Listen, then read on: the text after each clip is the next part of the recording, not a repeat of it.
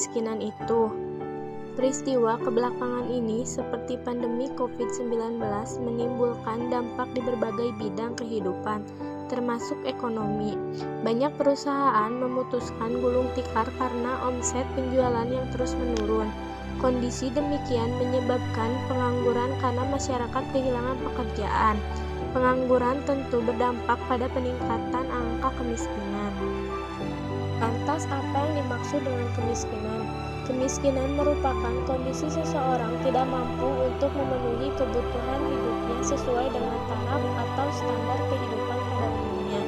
Kondisi ketidakmampuan ini ditandai dengan rendahnya kemampuan pendapat untuk memenuhi kebutuhan pokok berupa pangan, sandang, maupun papan. Kemampuan pendapat yang rendah ini juga akan berdampak pada berkurangnya kemampuan untuk memenuhi standar kehidupan rata-rata, seperti standar kesehatan masyarakat dan pendidikan.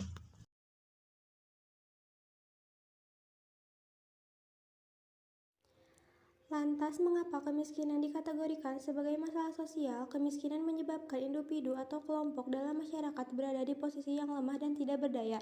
Kondisi masyarakat yang tidak produktif akibat kemiskinan menimbulkan berbagai masalah lain, seperti menghambatnya proses pembangunan, meningkatkan tindak kriminalitas dalam masyarakat, memicu pelanggaran nilai dan norma sosial, meningkatkan ketimpangan sosial, meningkatkan angka pengangguran, mempengaruhi tingkat pendidikan, dan meningkatkan konflik sosial.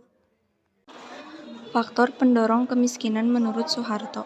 Yang pertama, ada faktor individu adalah faktor yang muncul dari diri sendiri seperti keterbatasan seseorang akibat kondisi fisik dan psikologis. Yang kedua, ada faktor sosial, kondisi lingkungan sosial yang menjebak seseorang menjadi miskin, misalnya diskriminasi berdasarkan usia, gender, atau lingkungan yang menyebabkan seseorang tetap menjadi miskin. Yang ketiga, faktor kultural, kondisi atau kualitas budaya yang menyebabkan kemiskinan. Selain itu, faktor kultural memicu pada konsep budaya miskin seperti sikap malas, menyerah pada nasib, tidak memiliki jiwa wirausaha, dan tidak memiliki effort kerja. Yang keempat, faktor struktural menunjukkan struktur pada sistem yang tidak adil atau tidak dapat diakses sehingga menyebabkan seseorang atau sekelompok orang menjadi miskin.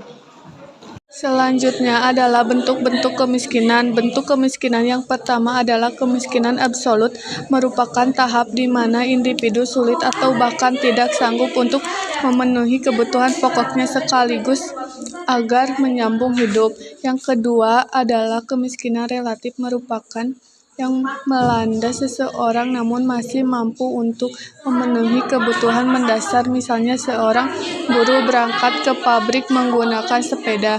Yang ketiga, kemiskinan kultural merupakan kemiskinan yang terjadi akibat sikap dan budaya masyarakat yang cenderung santai dan tidak memiliki motivasi untuk memperbaiki antara hidupnya menjadi lebih baik.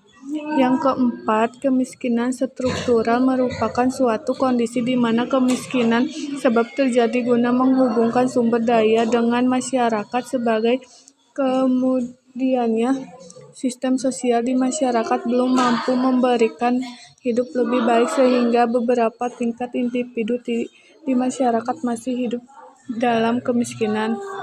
Yang kelima, kemiskinan subjektif merupakan salah satu jenis kemiskinan yang disebabkan oleh pemikiran masyarakat itu sendiri sehingga individu telah menyadari jika dirinya tidak akan mampu mencukupi kebutuhan hidupnya.